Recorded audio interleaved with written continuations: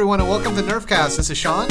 And this is Josh. Welcoming you to another beautiful day here in the wintertime for the U.S. Bay Area.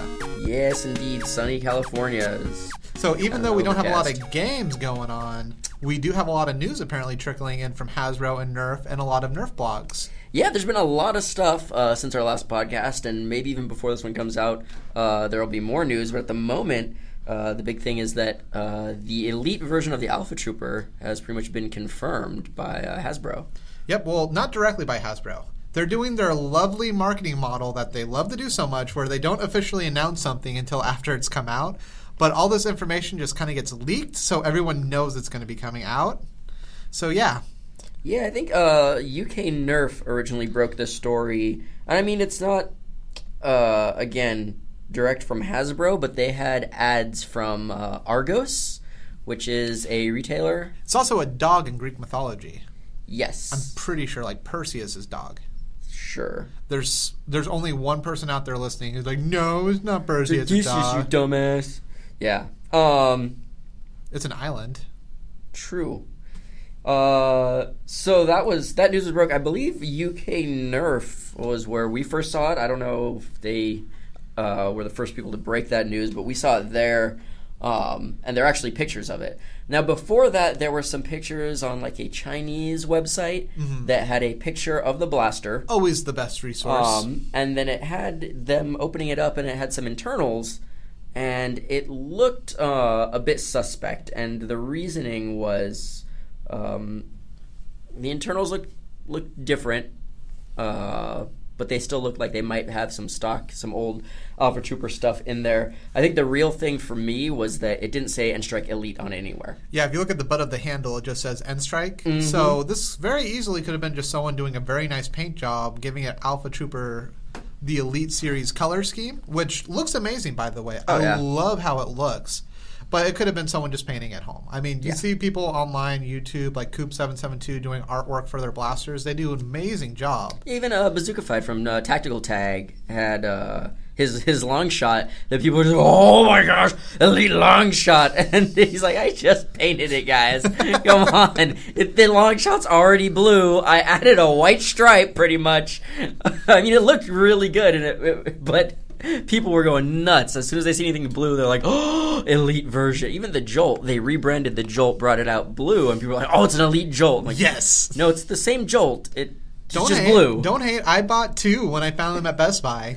Hey, nothing wrong with it. Just that doesn't make it Elite. Breaking news. Like, I saw someone posting this on Reddit the other day. It's like, oh, look, we found the Elite Jolts in Toys R Us. And I'm like, Best Buy had them like a month ago. Yeah, I didn't realize that almost 2 months ago. It was the beginning of December. Yeah, I remember. We were there. Mm-hmm. I mean, I was there with you at Best Buy. Yeah. Didn't know that was really breaking news, but apparently someone on Reddit thought that it needed sharing. So thank you, Reddit person, for letting us know that Toys R Us now has blue Jolts. Well, it is kind of interesting because some more news that's been posting lately. So we know about the Alpha Trooper being a product of Argos, and we'll get into that a little bit more later, but it sounds like there's actually going to be more of a division between what brands are released in what stores.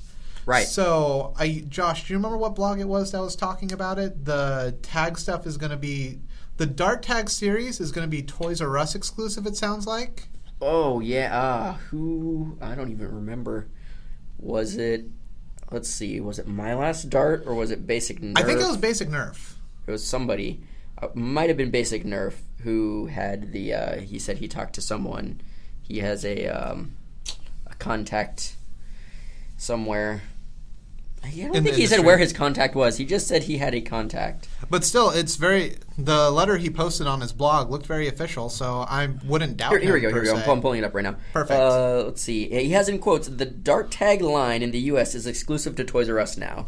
The products they carry and when they're on shelves will vary by location, so check your local stores to find out what they are carrying. The Elite Alpha Trooper Blaster will be a Target exclusive, which like all things will also vary by location and region.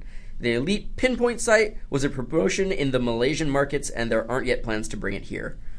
So... Malaysia. Well, you really want those pinpoint sites. I do. I think everyone wants those pinpoint sites. You just crave more sites. I want sight beyond sight. That's Yes. why I attached the N-Strike sword onto my blaster, so I can be like Lion-O. Yeah. Thundercats! Oh!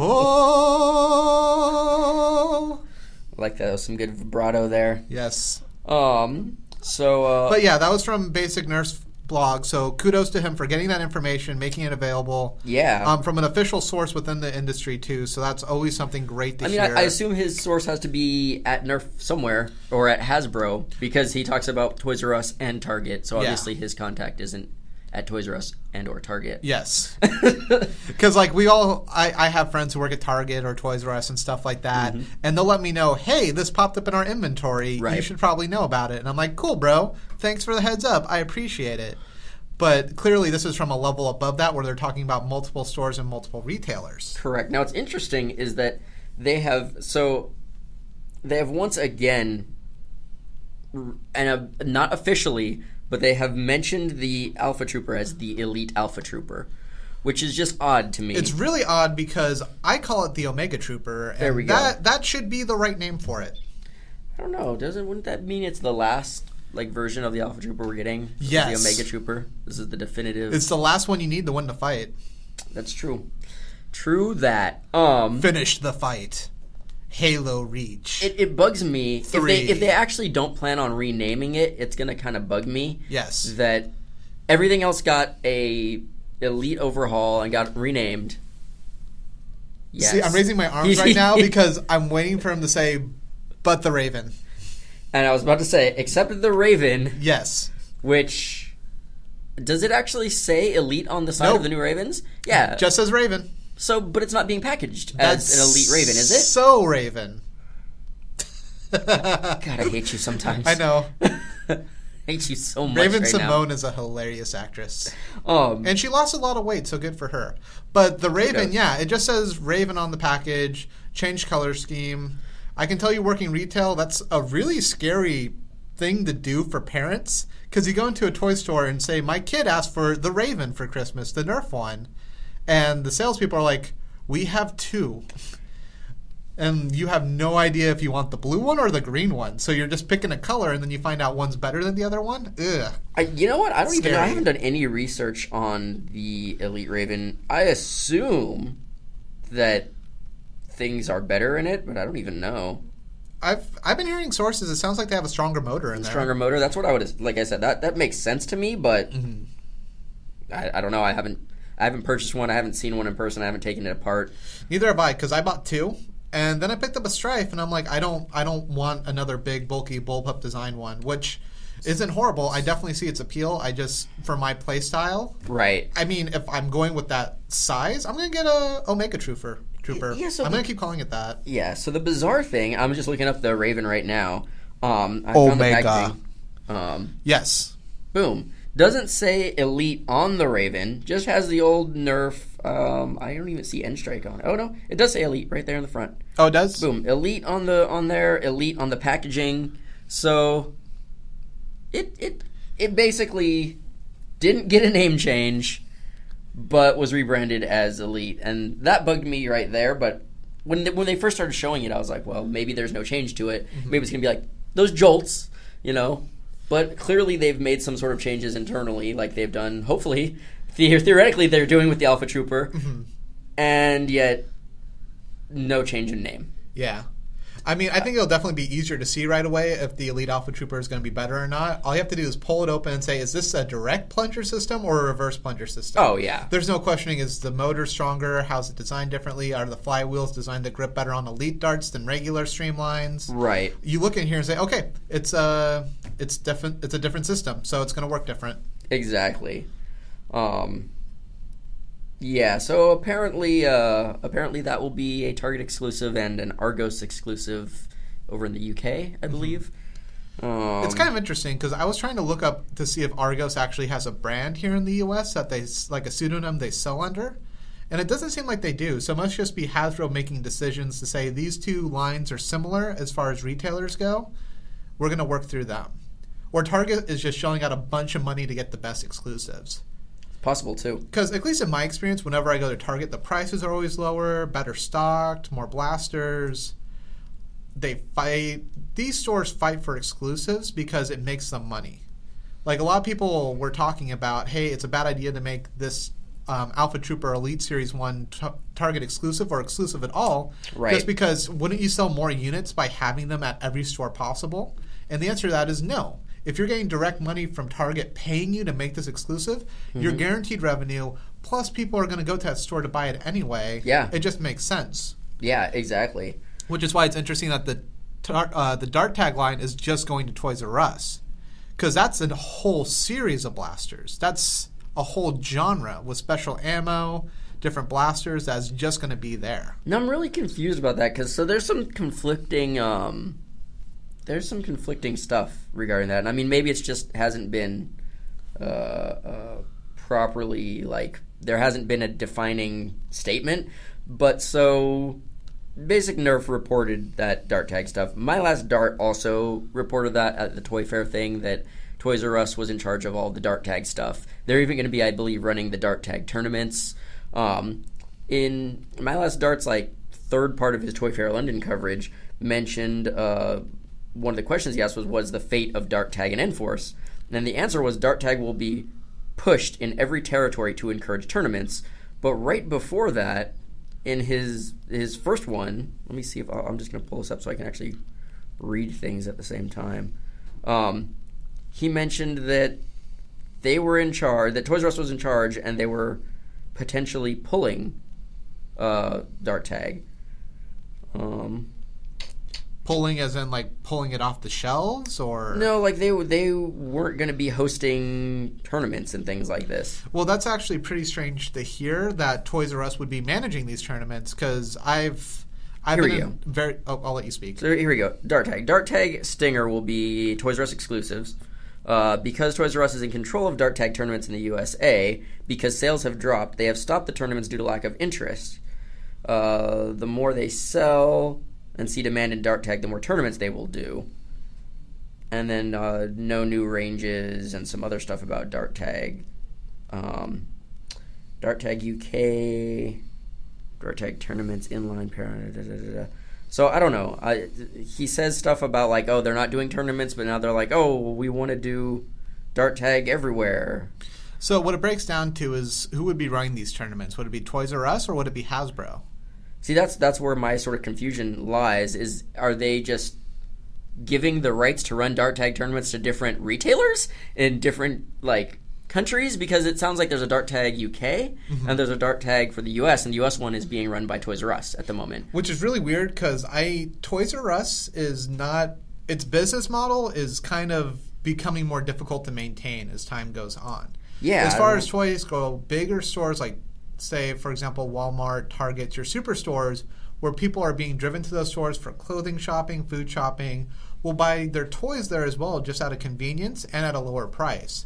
It's very hard for Toys R Us to stay competitive at that level. Right. Keeping that in mind, running tournaments aren't going to be cheap. You're going to have officials there kind of managing them. And I mean, you can just get like high school kids or whatever to do that. Right. But all the licensing, finding locations to host them at, it isn't like, say, a card tournament like Pokemon or something like that, where you can get a couple of tables, sit people down, have one judge kind of watching over everybody, and then just hand out prizes.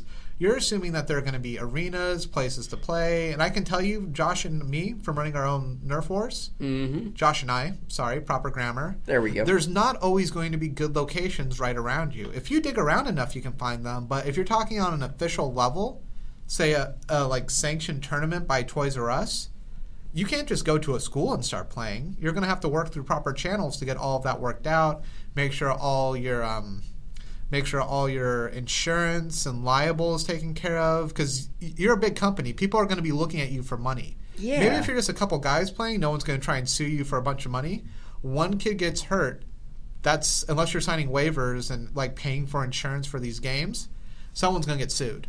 Yeah, I'm really confused about this. There's another question that he put up from Toy Fair that says, will the Dart Tag World Championship League be held again, or is it completely over? Follow-up question, if the Dart Tag World Championships are over, will something similar be created in the near future? The answer is that in the UK, fans can expect some very exciting things. Dart Tag is going to be pushed in a big way, especially since Paragon Entertainment ENT? I don't know who that is. I don't know. The Paragon has secured the license for official Nerf stores. What? These, in a nutshell, will have arenas for leagues, store versus store, and planned national tournaments, maybe even TV sports coverage. That's up to fans if they like dart tag enough. And I'm like, oh, and these will not be limited to tweens, but to kidults too. See, that's a very risky move that I can only see really a big company like Hasbro doing. Yeah, I'm really amazed because I'm like, first off, so you're telling us that dart tag in the U.S. pretty much going to be pulled.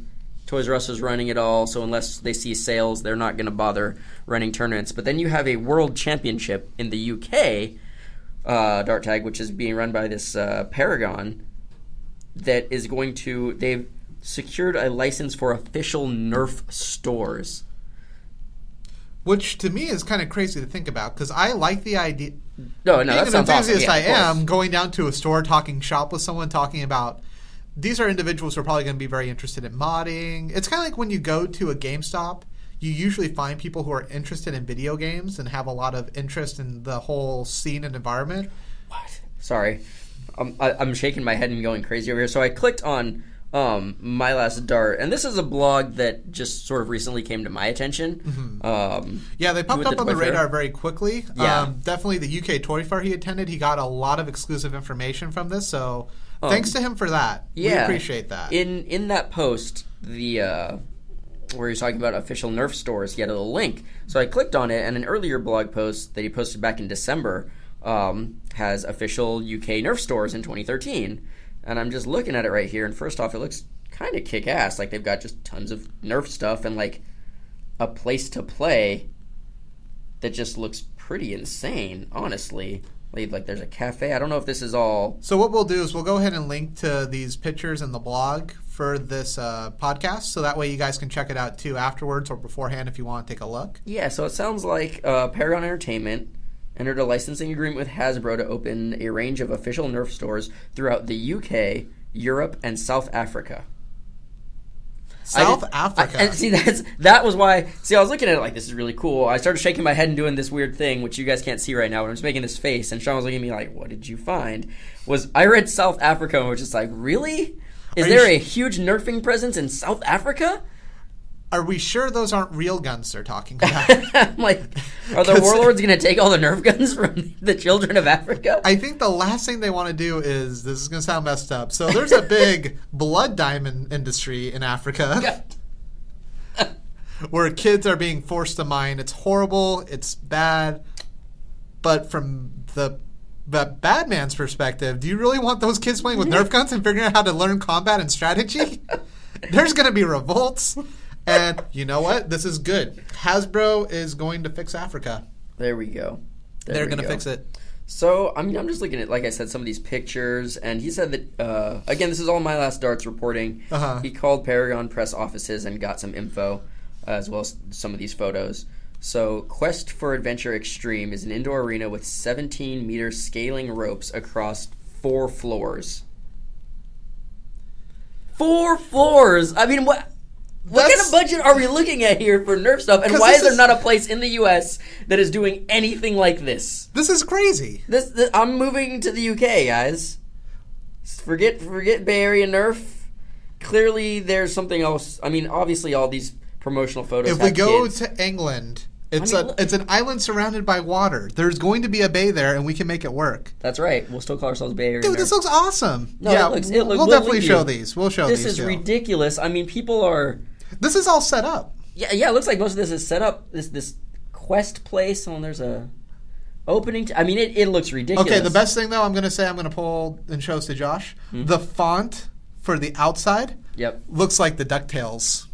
It does look like the DuckTales font, or a little bit Raiders of the Lost Ark, which are kind of similar. They are kind of similar, honestly. Both kind of like that adventure-y time. They both take place during the same time period. More or less, yes. Donald Duck and Scrooge McDuck got their start during the Great Depression. Yes, but that doesn't mean that DuckTales takes place during the Great Depression. Okay, wow. I mean, apparently this information has been out since December. Obviously, since we weren't big on looking at UK stuff. Yeah, because we've been looking at all the new Blaster information, because that's what we get excited about. But dang. That's amazing. Crazy. And I really, because when Josh was just listing off this information, I'm like, oh, I remember back when I was in high school. There was this big release done by GameStop, which is a game store out here for anyone listening overseas. Because we're talking so much about the UK, I'm going to assume we have UK listeners now. Yeah, there you go. GameStops, they released information that they're going to start opening tournament stores where they're going to host tournaments, have big gatherings, have special stages for people competing against each other, multiple TVs, multiple screens, places for spectators to watch. And I was reading this article, I'm like, that sounds like the coolest thing ever. It makes sense because gaming is getting so big, and we have tournaments here like MLG and WCG and stuff like that. But one by GameStop, that's very good for like mainstream players, just kind of like to flow in and enjoy it as well. Mm-hmm. And they mentioned that the first one that was going to be opened was going to be right here in Sunnyvale, San Jose. So in this Bay Area region that we live in. And I was super excited. I looked at the address, and then I'm like, wait a minute. I know this location. That's where the Barnes & Nobles is. Mm-hmm. And there is a GameStop attached to that Barnes & Noble. Are they tearing it down and turning it into just an entire GameStop store? Right. Went down there, looked. They had one stage, 4 TVs set up. It looked nice, don't get me wrong. I think it'd be cool if every GameStop had it, but... It was nothing. This was national. This was like national news breaking about this tournament store that I imagine probably kids like me were imagining. Hey, this is super cool. I would travel to go see this. And you go there and it's basically just a GameStop. So when Josh was describing this Nerf arena to me, I mean, there's actually a place nearby us that's like they buy Nerf guns, set up like a little arena to play in, but it's designed for children, like 10 to 12-year-olds, smaller people, not super intense. You know, kind of basic. Fun for a kid, not for an adult. Right. This looks fun for an adult. This looks fun for anyone. No, it's really cool. It was like a almost kind of jungle gym-y open area climbing. I mean, it looks... Man, if we had a place like this over here, I would be stoked. I would just be freaking... it looks like tons of fun. I'll try and do some look into this Paragon company and see if they have a U.S. affiliate. Yeah, because, wow, I didn't even... Man, I mean, I skimmed this thing. It's a lot of, like, too long, didn't read some of it. I mean, I was like, okay, this isn't going to pertain to all. They're talking about the UK. Like, I just want to see new blaster stuff. But honestly, that's kind of a big deal. And that's a huge deal. Wow. Honestly, if anyone from the UK is listening to us, give us some feedback. If you live close to this place and you can check it out, let us know. I want to know about this place. Just from the pictures alone, like, this could all be very much kind of like models and stuff showing off the equipment. But I would love... you know, some Nerf fans' perspective on if they think it's a fun place to play. Yeah. No, definitely. I agree. I would love to hear feedback from people who have actually visited because, man. And going back to the point, just what this looks like a legit place. Yeah. This looks like, imagine like a laser tag place, but like awesome. Pretty much. I mean, they even had like a little cafe in there and stuff. Mm-hmm. Obviously, they sold tons of Nerf blasters there on site. So it looks pretty cool. But we'll again put pictures up. Yeah, but going back, if Toys R Us is in charge of the tournaments here, it is not going to be that level. I can guarantee for sure that Toys R Us does not have the money to open special sites specifically for Nerf. No. They're just, for their return, they would not be making that money back. It's honestly... at all. Crazy to me that Nerf would even say, hey, we're going to let you run this to Toys R Us. I mean, I assume that Toys R Us had to do some sort of bidding for it, but it seems odd to me since Toys R Us has been not doing great, from my understanding, for a while.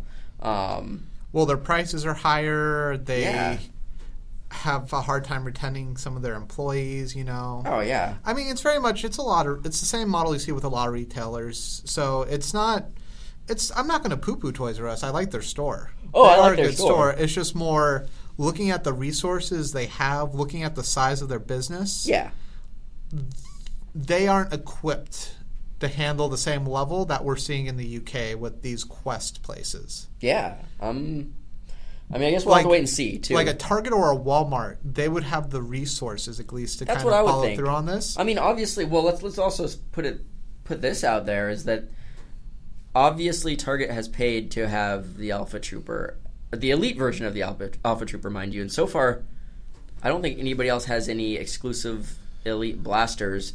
People have said it looks like the Triad might be exclusive to Toys R Us, which it doesn't even seem to compare. Like, the Triad, which is I mean, don't get me wrong. I like the Triad. It's cool. It is very fun. But it's one of those like you see him like sitting at the registers, like with the Hot Wheels and stuff. It's just there. It's tiny. It's small. It's almost like an afterthought. People are like, oh, I'm gonna get a cheap Nerf blaster for like my son or daughter, like a stocking stuffer, or like I'm like to their birthday party. I'm gonna get them this because I'm their uncle and I'm not gonna buy them something I don't know they like. Whatever.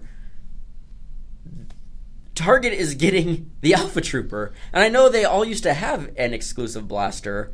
And the Alpha Trooper was always kind of, in my opinion, the best. Yeah.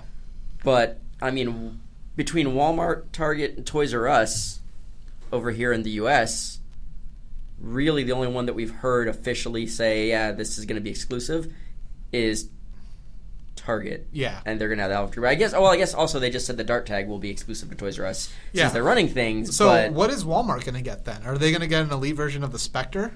Yeah, that's what I was wondering. Do they even care at this point? Ooh. Yeah.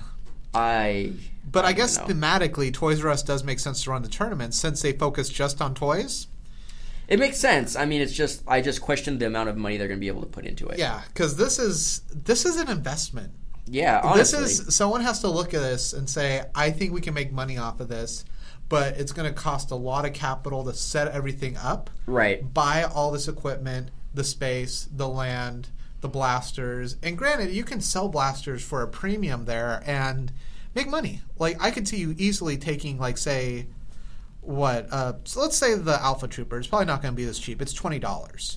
At this Nerf Quest place, $30. People will buy it. Yeah, just because they're there. It's fun. Yeah. If you see someone else with the blaster, you'll just pick it up. You're not going to hunt for a deal. You just want it there and then. Right. So, I mean, we're talking 50% markup on these blasters, and you can probably make your money back easily. Right. But that initial investment is something that's going to take time and effort. And I don't see Toys R Us wanting to take that kind of risk in this market on something that's not guaranteed to work. I'm super excited about it, don't get me wrong. I think a lot of people will be excited about it.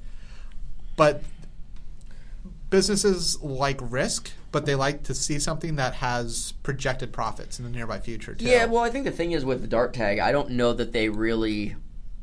There's no profit that they're going to really get from running the Dart Tag tournaments that I can see. It's like free advertising. Yeah, it's mostly like they're going to try... Maybe they're going to try to push the line and try to get sales since now it's their exclusive content.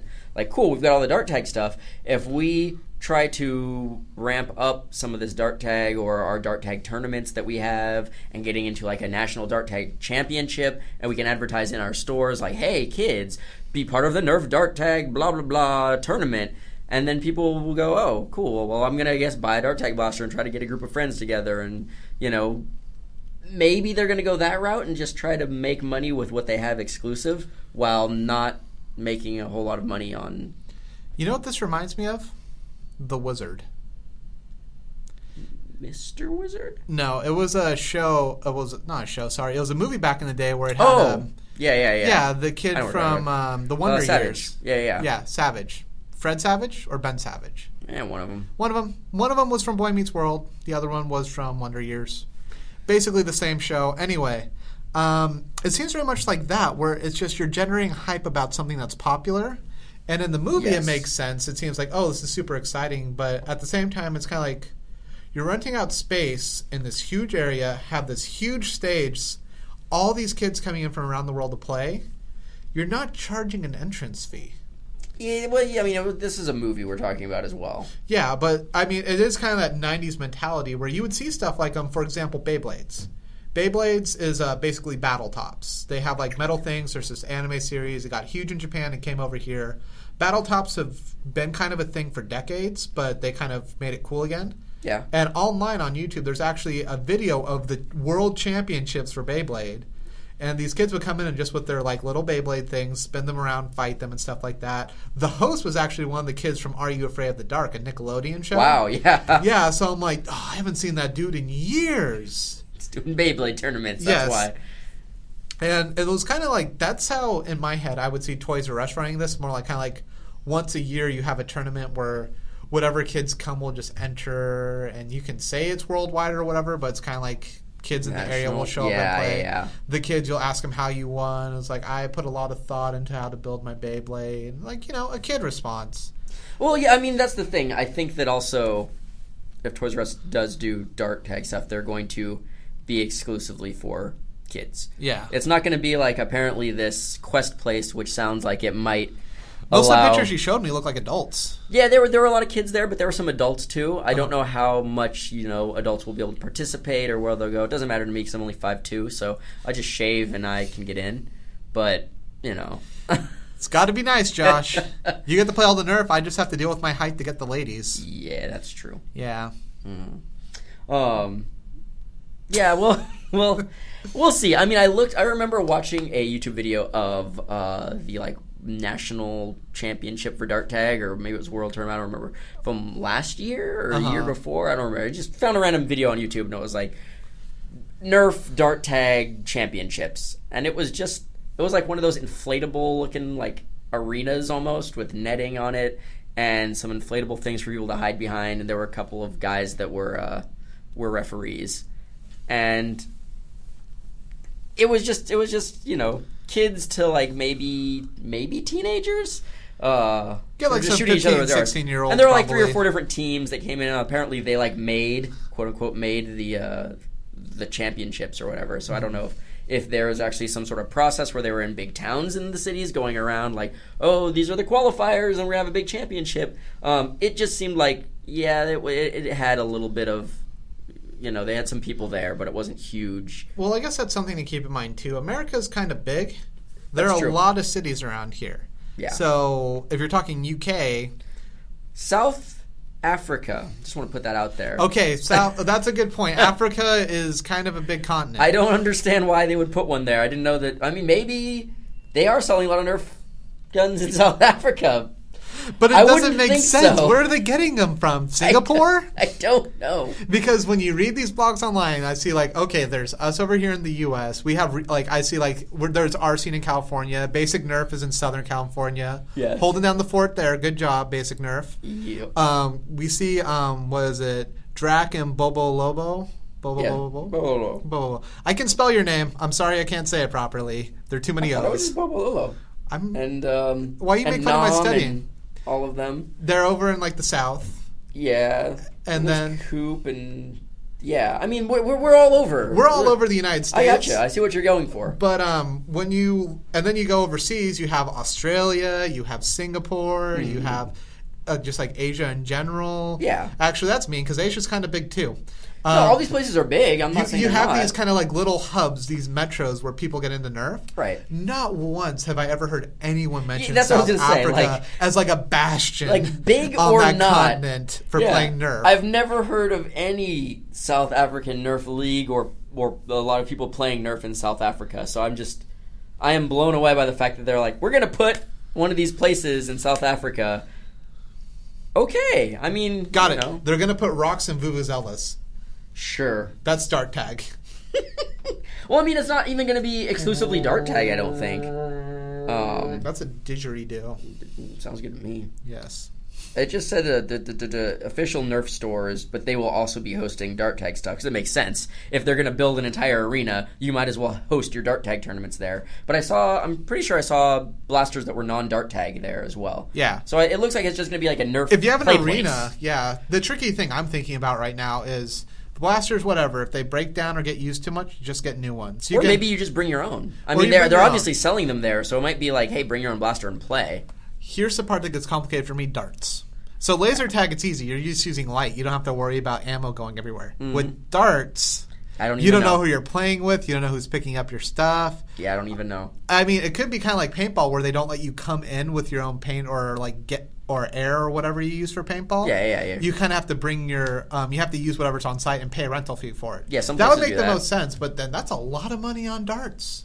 Yeah, I don't even know. I'll be very interested to see when they open up more news about it, just because maybe it'll be successful and maybe it'll be a business model that people can replicate, in the U.S. somewhere. It would be really cool to see. I think just me thinking about it, I'm like, well, there's a lot of bases that you have to cover. Yeah. But I'm also thinking of it as a enthusiast in the community who looks at modders and the way that we play, and it's like they're not going to do that there. They're probably going to be like, it's just a free for all type thing.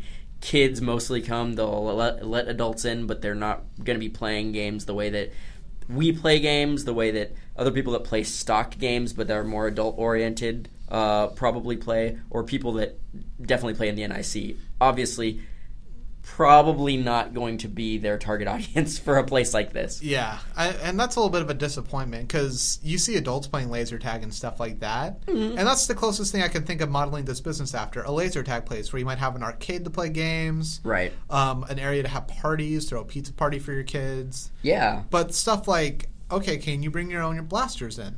Can you bring in modified stuff? Like, yeah, well, I'm sure they're going to say no to mods. Yeah.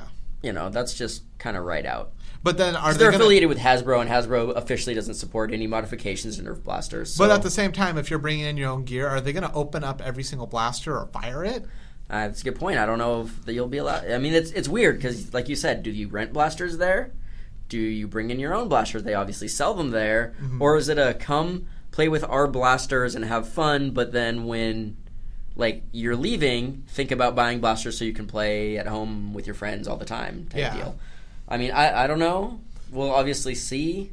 I would think at some level it would be nice if they had arenas that you could just rent them out for block periods of time with friends to play with. That would be cool. I agree. Because then you could even get adults or businesses, hey, let's go and just have a Nerf war. The way that some businesses might go, hey, let's go paintballing. Exactly. Or let's go laser tagging. I think, at least on some level, Hasbro and these other stores have seen a market to go after, which is good. It's pretty clear. Well, I mean, I don't know if it's pretty clear, but one of the things in that various interviews have mentioned was, have you looked at the modding community? And modders keep giving us feedback and keep giving us ideas because we appreciate it.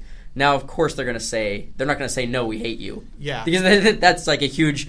Dear people who buy our blasters, please stop ripping them open and getting them and putting your own metal in them. Please don't buy our product. Yeah. We work hard on them, and we would like the money you spend to be our decision how you use it. Yeah. Hugs and kisses, Hasbro. Yeah, I mean, so obviously they're going to say, we're listening to the modding community, thanks for all of your support, and we want to take your ideas and, help make things better. Of course they're going to say that. How much that is true, you have to question, but... I mean, they do have so far a decent track record of saying, we want better ranges. Cool, here's the Elite Series with better ranges, stronger springs. Hey, we want a clip-fed barricade. Boom. Now we've kind of got one. So, I mean, they obviously are listening on some level. And some things are subject, too. It seems like they're at least paying attention to modders. Mm-hmm. For example, when the new Elite Series came out, all the locks in the blasters were white. They were a different color than the actual internals. So someone who's new to modding wants to get rid of his locks, he can say, I just need to get rid of all the white pieces in the blaster. Yeah. And that's a very easy step where I don't know if it's intentional or not, but at the same time, why else would they do that? Yeah. There's no need to make a lock a different color unless you want to identify it easily. Yeah, no, I agree. So it seems like they have a decent track record for listening to the mod community. Of course, their official stance can never really be, to mod it. It's always going to... to cover their own bases, are going to have to always say, no, please don't modify our blasters. We don't condone buying any third-party modification hardware and opening them up in any way, shape, or form. The same way that they say, always wear eyewear when you play, and don't... If you even look at them, they say, don't shoot at other people. They do? Yeah. I'll try to find... I don't have any blasters on me, but... Next time, maybe they've stopped this with the Elite line, because I kind of just don't read them anymore, but they used to say, do not aim at people or a face. I just open up the boxes and then play with the blasters on the inside. Yeah, it's don't aim at other people or face or animals or something, and I'm like... instructions. This is a dart tag blaster. It is literally made to shoot at people. It might just say face. It might say don't aim at the face or something. I don't remember. Please do not shoot up nose. Only things should be coming out your nose, such as milk. Yes. From laughing at our podcast. There we go. But I was about to say something, too.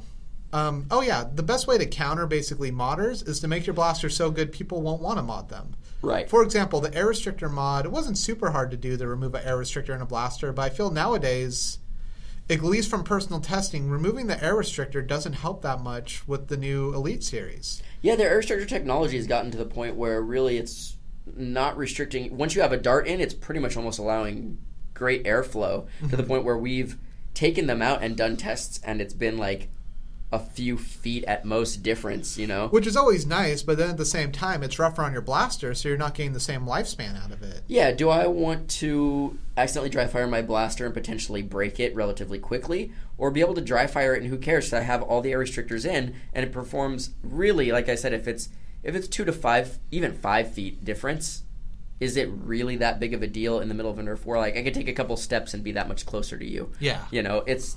I don't think that that's going to be the cusp. Now, if you're talking about you're getting 10 plus feet better ranges, yeah, that's a huge deal. Then it's worth it. But yeah, and with the way that some of the new blasters are configured, with the way that it tells if darts are in certain places. Yeah, it has like a smart detection system for which darts are going to actually come out of the blaster. Yeah, at that point, people haven't even, from what I've seen, really been messing with it. Like, just leave the air restrictors in. Yeah, it's just simpler. And that's what it breaks down to. If you want to kind of deal with the modding community, make your blasters so good that they don't want to mod them. Yeah, I think people will always try to mod them. I think people are always going to try and get the best that they can out of their blasters. Yeah, don't get me wrong. The appeal of modding is, I've got a blaster, how can I make it better? Even if it's supposed to be the best.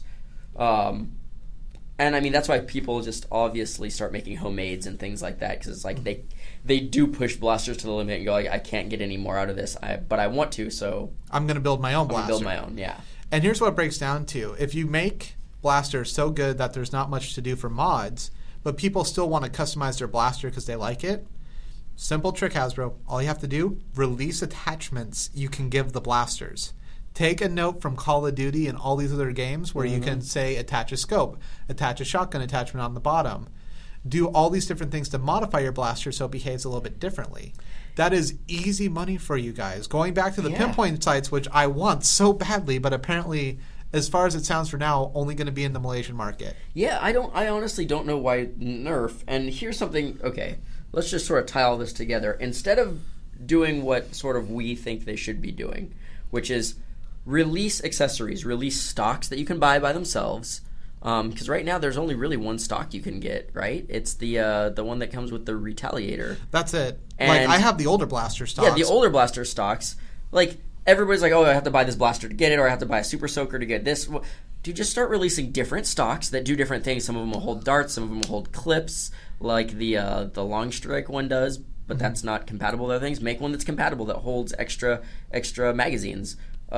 Just make a bunch of different ones, then people will be like, cool, I can customize my blasters in different ways, because almost every blaster has the ability to add a stock onto it or switch a stock out, but there's like such a limited amount to choose from that people just sort of go with one or the other. You know? Or I see a majority of the people in our games, at least, not even using a stock. Yeah. If they have a blaster that has a stock attachment, they don't use it because, hey, why would they? They would have to buy another blaster to use it with it, and then why wouldn't you use it just with that blaster? You know? Release it on its own, make it, let's say, like $10, $15. What happens is people, A, either buy those by themselves, or B, they'll look at it when it's packaged in with other blasters and see it as more of a value and want to buy the whole blaster and give you guys more money for it. Right. See, I say that they could easily, what I would do if I were them would be package it with a blaster for a while, the way they did with the original Alpha Trooper and the 18-round drum mag. Package it exclusively with that. People, if they want that, they might buy it and get that, and then eventually, once those sales have started to either decline or just level off, release it by itself and see if you can, make some more revenue. You're already making this thing, this sight or this stock or this barrel attachment. All you have to come out with is packaging for it. Yeah. And that is dirt cheap to do. Yeah, it just doesn't make sense to me why they've never really released a ton of stuff like this. And I feel like they're starting to get there, at least. Because at least they're releasing magazines on their own now. They understand the popularity of those. That had to be done. Oh, definitely. There was, while we prefer the idea of stocks and other attachments, it's not necessary. Having spare magazines, so necessary in a battle. Still confused a little bit about their idea on that. So they're like, hey, cool, we're going to start releasing 18 rounds because people want them, and we're stopping... Well, I think they're stopping production of the Stampede that has 3 of them in it. At least it seems that way because of the Elite line and what they've said about not releasing more N-Strike stuff. So they're releasing new versions of those, and they're cool and they're awesome. With the Retaliator, you get a 12-round magazine. Can't get that anywhere else. I'm starting to wonder about that because the new Elite Alpha Trooper coming out, it looks like it might be a 12-round magazine too. It may be. So maybe it's going to be a production cycle, like you said. They're going to look at them, see how well these blasters sell, and then after a while release a 12-round magazine? Well, yeah, that's weird. Well, a lot of the speculation was, cool, we're going to 12 instead of 6, which a lot of people do that with the 6s. They were putting them together, making 12s, different things. But the Hellfire Mission Kit, it's 6-round magazines. So you can get 6s in the Hellfire Mission Kit in the Bandolier pack. There's so many packages where you can get 6-round magazines, or you can buy the 18s by themselves, which a lot of people do, and that's cool. I love that option. Why can't you buy the 12s by themselves? Maybe they're worried about being not enough of a demand. Because honestly, if you want a small magazine, 6 fits in pockets, cargo pants, anything really easily. But I mean, it's multiplying by 3, right? Yeah, but then if you're going up to 12, 6, a lot of people might be saying when you go up to 12, why not just go up to 18? The size difference isn't huge, and you're getting 50% more capacity out of it. So they're probably thinking, have a small size, have a large size. But then the confusing part to me about that is why even bother with the 12-round magazines? I don't know. See, I thought that the 12 works as a smaller capacity magazine. You're getting 6 whole extra shots. So like I said, you're going from 6 to 12 to 18, and it makes sense. It's that perfect in between size where it's not like so quick that I've only got 6, but it's not so long that you have 12. I know some people that run it and they're like, oh, this is perfect for the dump pouch I run it in because it fits in a lot of dump pouches and I can like Velcro the top down, whereas on the 18s I can't. I don't know. It just seems like a good in between that people might buy. But they don't offer it except for in that one blaster and potentially maybe in some that are coming up. And you have to feel Hasbro, they've been in the business for a while now. Yeah, yeah. They have to understand accessories are money. Yeah. Like, look at iPod. Look at iPod. Or, heck, even look at the other stuff they've licensed through other companies. Their Nerf camera, camcorder, walkie-talkies, wrist walkie-talkies. Yeah, and that's stuff that we're going to be getting a ton of, apparently, according to this toy fair. Yeah. There's going to be like a motion detector, night vision goggles. A skeet shooter? Yes. A skeet shooter. Yes. Some other thing. Even like, and then again, you said they've already started releasing this stuff. And here's what's odd to me is they started releasing all of this stuff within this last year. Right? Not all of it, but a lot of it. There's been like cameras, MP3 players.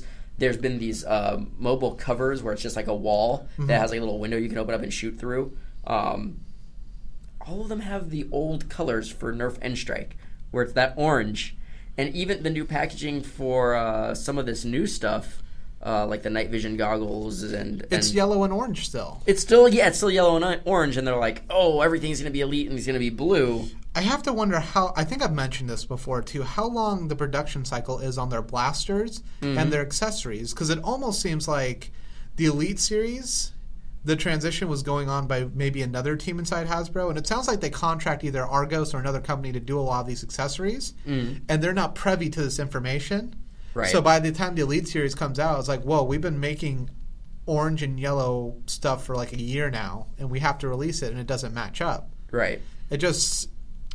It strikes me as odd. It strikes me as odd as well, and I mean, strikes me as odd. It might actually end up being a good thing to easily differentiate, so you're not looking at a wall of blue. Yeah. Maybe you'll see blue as blasters, and then all these other things that aren't really made by Hasbro will be in these yellow and orange packaging. Right. I mean, that could be a part of it. Kind of nice for me as a consumer, and maybe they're like, well, we don't care. They know that the modding community isn't going to probably buy a lot of this stuff. Yeah, this is going to be kids. You know, extra presents for Christmas if your kid's really in the Nerf. You get them these accessories and they'll be happy. Yeah, Nerf walkie-talkies. Oh, Nerf this. One of the things that actually is kind of cool, is the Nerf motion detector. That I'm interested in looking That one's exciting just because with our setup with our flags, Josh put a lot of work into, so I'll let him explain it. Yeah, what we did for our flags, we might do some video stuff on this later so that people can actually visualize this. We actually made, I think I've mentioned this before, they're like 7-foot flags or something like that. And we took some pipe and like screwed it together so that we can break it down at the end of the day and store it without having a 7-foot flag in our house. We went through a couple of different ideas of what to do and how to do things. We eventually started saying, hey, let's put these on buckets, on like 5-gallon buckets or 3-gallon buckets I think we're using. And we just attached a piece of PVC pipe for them to go into, like a sleeve. So you just throw the flag into it and it stands straight up. We got those little, I don't even know, they're like alarms. They're like door alarms. For doors or windows if you have kids or, you're afraid, I guess, of getting robbed. So like if you open the door or window, there's like a little magnet, and when that magnetic link is broken, it starts sending out this high-pitched like noise. Siren noise. Yeah, you can. Alarm. There's a couple of different alarm settings. You can have different sounds and things like that.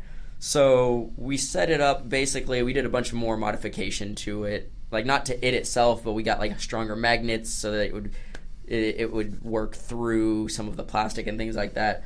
But when you pull the flag, the alarm goes off, which is really cool. Because we were able to get a lot of this stuff for cheap. We found it at like Goodwills and other stores. For people who might not have that option, something like this where, cool, well, I'll just set this up in front of the flag and maybe put the flag in a hallway. So as soon as you go down that hallway to get the flag, the alarm will go off because you'll be basically setting off like a tripwire, and that motion detector goes like woo, and then you know that they have the flag. Yeah, it's a fun element because when you can like say you're going to respawn or something like that, you have a designated respawn point that's away from the flag. Mm-hmm. You can hear the alarm going off and you realize, oh man, I need to get back into the action as soon as possible because I can hear the alarm going off. Yeah. Also, it lets people know like if you've been assaulted and you're on the field, say, defending at another part of the field or even assaulting the other person's flag, and you hear that flag go off, you now know you're going to have to switch your tactics to try and get this dude who has the flag who's running.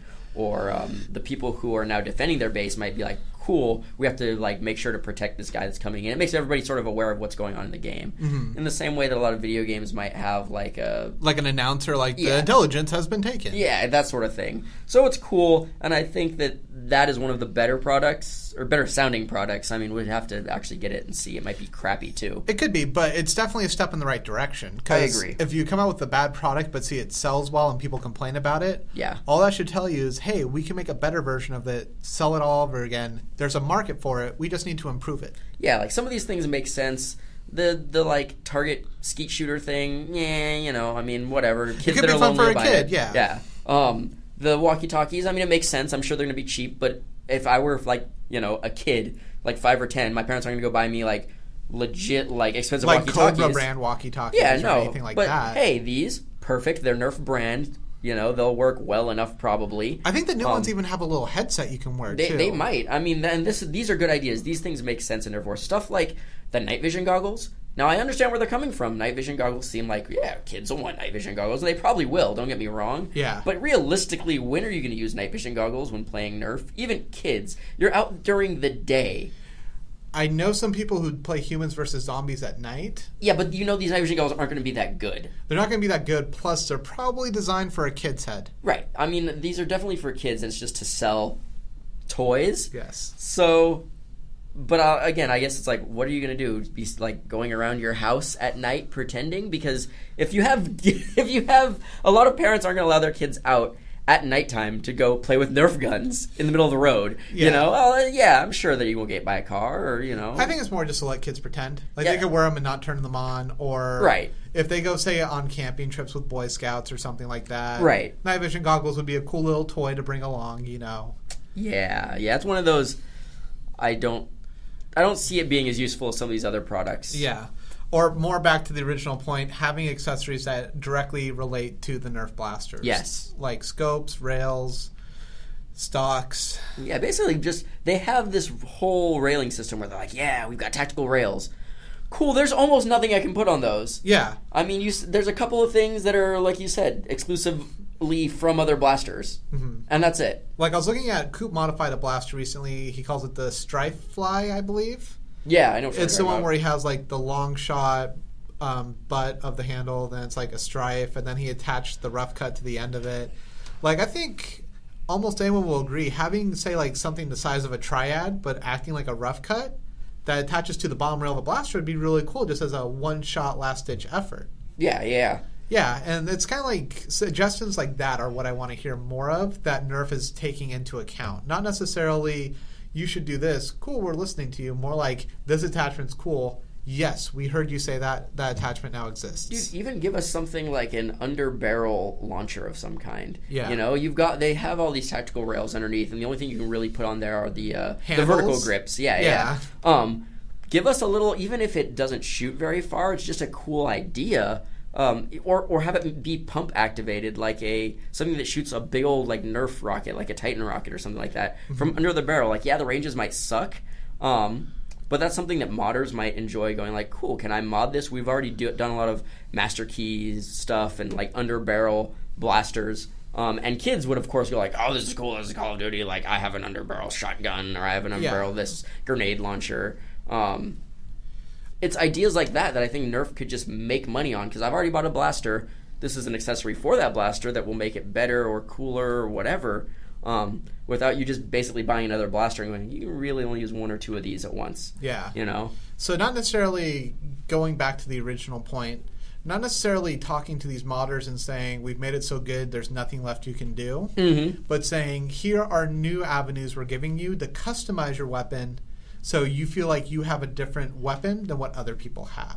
Not necessarily just all about range and accuracy, but other abilities in combat you can use with the accessories. No, I love the way you put that, because customizing weapons systems, I think is, to me, sounds like it would be a great idea. It's the next step that they can go into, where it's a lot of fun for people, and people that are just getting into modding, if they don't have the means or money to take apart a blaster and throw in springs like that, or even kids, you can have a blaster that's cool and different from your neighbors, and when you guys have Nerf wars, you're like, cool, I'm going to add this, and I'm going to do this to mine to make it more feel cooler, and like I did something and this is really mine. Yeah, no one has this loadout that I have. And I feel like Josh, myself, a lot of the people we play with, we mod, so we do have that level. But at the same time, we go to our loadouts, say what blasters we're going to have on ourselves, and then work with that. Wouldn't it be cool, instead of saying I'll have a rough cut, an alpha trooper, and a stripe on me, you can say I'm running an alpha trooper with the special attachment on it, and it matches my playstyle very well. So instead of having to lug around all these blasters to kind of mastermind what my playstyle is going to be, I could have it down to one blaster that does everything I need. Right. Good general shots, and then maybe one shot at the top that shoots further and more accurately, like a one-off sniper. Right. You know, everyone has different play styles, so customization allows a very simple level to create millions of possibilities to always feel unique. Yeah. Instead of everyone trying to put the same mods into their blaster, trying to be unique, but then they all end up doing the same thing as all the competition, so it feels more like an arms race than a play style. No, I totally agree. Yeah, I think Nerf, it's, I don't know why they haven't started doing this yet. Like we said, even if it's not with under barrel attachments that shoot and whatnot, just with stocks and stuff that they've already released, like scopes. People always seem to want scopes or pinpoint sights or whatever, different stocks. I mean, there's a lot of different things that they've already done that they just aren't releasing by themselves for you to purchase. Yeah, and I guess the good thing, once again, if they are, like my last start mentioned that they're listening to the mod community blogs out there, keep giving your feedback on blasters. Keep talking. Keep spouting these opinions. Even if you feel like they're recycled or they've been heard a million times, reinforce it until Hasbro takes the hint. If they are listening to us, then there's not going to be much communication needed to hopefully get what we want to see in blasters and in Nerf in general out to the mainstream. Yeah, no, I agree. Yeah, so once again, thanks for the information from my last start from the Toy Fair, the information Basic Nerf gave us from Hasbro directly about the Alpha Trooper Elite series. And UK Nerf. Also for the Toy Fair information as well. And putting out the Argos ad that initially sparked some of the Elite Alpha Trooper confirmation. And I think it was, who was it? It was Urban Taggers that posted the pictures from China or Singapore with the original Alpha Trooper guts. It might have been Urban Taggers. It could have been Mods and Reviews. It could have even been Tactical Tag. I honestly don't remember. They kind of flew around everywhere at that point. But definitely bloggers, keep blogging, keep giving out this information. Hopefully it is having an impact on Hasbro and how they can improve themselves. Exactly. So, hopefully we'll see some new stuff coming up soon. Apparently, there's going to be some big announcements on the 9th, which should be coming shortly up. after this podcast drops. So hopefully we'll have some more exciting news once that day happens. Yeah. So thanks for listening, everyone. This is Shawn. And this is Josh. Happy nerfing.